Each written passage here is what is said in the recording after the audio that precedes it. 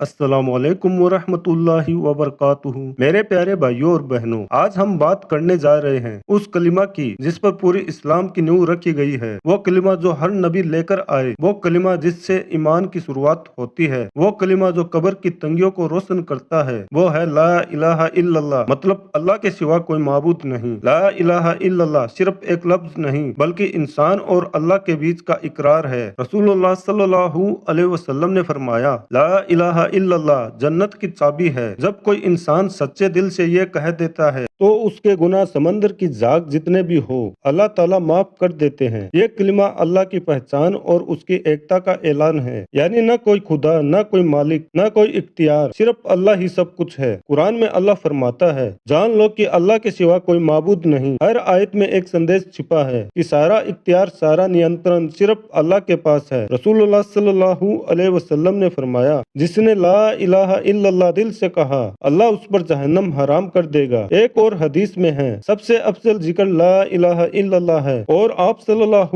علیہ وسلم نے یہ بھی فرمایا، اگر آسمان اور زمین کے بیچ کی ساری چیزیں ایک پلڑے میں رکھ دی جائے اور لا الہ الا اللہ دوسرے پلڑے میں، تو لا الہ الا اللہ باری رہے گا۔ اس کلمہ کی روحانی طاقت، جو اس کلمہ کو دل سے اپناتا ہے اس کی زندگی بدل جاتی ہے۔ جب کوئی مایوس ہو اور لا الہ الا اللہ پڑھے تو اللہ اس کے دل میں امید کی روشنی ڈال دیتا ہے۔ جب کوئی ڈر یا بے چینی محسوس کرے تو یہ کلمہ اس کے دل کو سکون اور امن سے بھر دیتا ہے۔ امام غزالی رحمۃ اللہ علیہ کہتے ہیں، اگر دل گناہوں سے سخت ہو جائے تو لا الہ الا اللہ اسے نرم کر دیتا ہے۔ ایک حقیقی واقعہ کہتے ہیں، ایک بوڑھا آدمی مکہ شریف میں رہتا تھا۔ وہ ہر وقت لا الہ الا اللہ کا ذکر کرتا رہتا۔ ایک دن کسی نے پوچھا، بابا آپ اتنا ذکر کیوں کرتے ہیں؟ وہ مسکرایا اور بولا، جب میں جوان تھا میرا کاروبار تباہ ہو گیا تھا، لوگوں نے ساتھ چھوڑ دیا، گھر میں کھانے کو کچھ نہیں تھا۔ تب ایک عالم نے کہا، بیٹے دن میں 1000 بار لا الہ الا اللہ پڑھا کرو۔ میں نے پڑھنا شروع کیا، 2 ہفتے بھی نہیں گزرے تھے کہ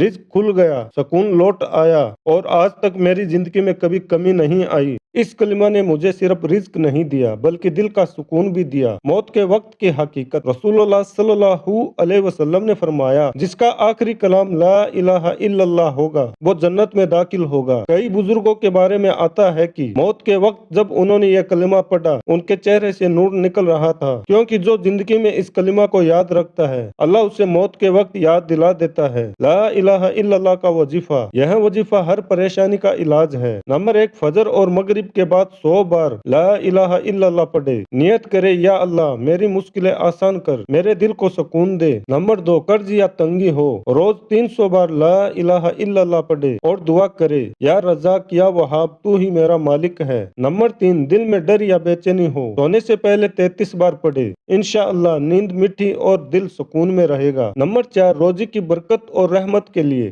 ہر جمعہ کے دن 1000 بار پڑھے، پھر 11 بار درود شریف پڑھ کر دعا کرے۔ یہ وظیفہ روح کو مضبوط کرتا ہے اور گھر میں برکت لاتا ہے۔ صرف زبان سے ذکر کرنا کافی نہیں، دل سے یقین اور عمل ضروری ہے۔ رسول اللہ صلی اللہ علیہ وسلم نے فرمایا، لا الہ الا اللہ کہنے والوں کو اللہ کی رحمت گھیر لیتی ہے۔ جب وہ اس کے مطلب کو سمجھ کر کہے تو صرف لفظ نہیں بلکہ ایمان، عمل اور بھروسہ بھی ساتھ ہونا چاہیے۔ جو انسان اس کلمہ کو اپنی زندگی کا حصہ بنا لیتا ہے اس کے اندر یہ تبدیلیاں آتی ہے، دل سے گھمنڈ نکل جاتا ہے، گناہوں سے دور رہنے کی توفیق ملتی ہے، ڈر، غم اور مایوسی مٹ جاتی ہے، دل میں اللہ کی محبت بڑھ جاتی ہے، اور سب سے بڑی بات جنت کی امید پکی ہو جاتی ہے۔ بھائیوں اور بہنوں، اگر آپ چاہتے ہیں کہ آپ کا دل ہمیشہ روشن رہے تو ہر دن کم سے کم 100 بار لا الہ الا اللہ ضرور پڑھے، کیونکہ یہی کلمہ قبر میں نور بنے گا، قیامت میں حفاظت بنے گا اور جنت میں داخلہ بنے گا۔ یا اللہ ہمیں اس کلمہ پر زندگی گزارنے اور اسی پر موت نصیب کر،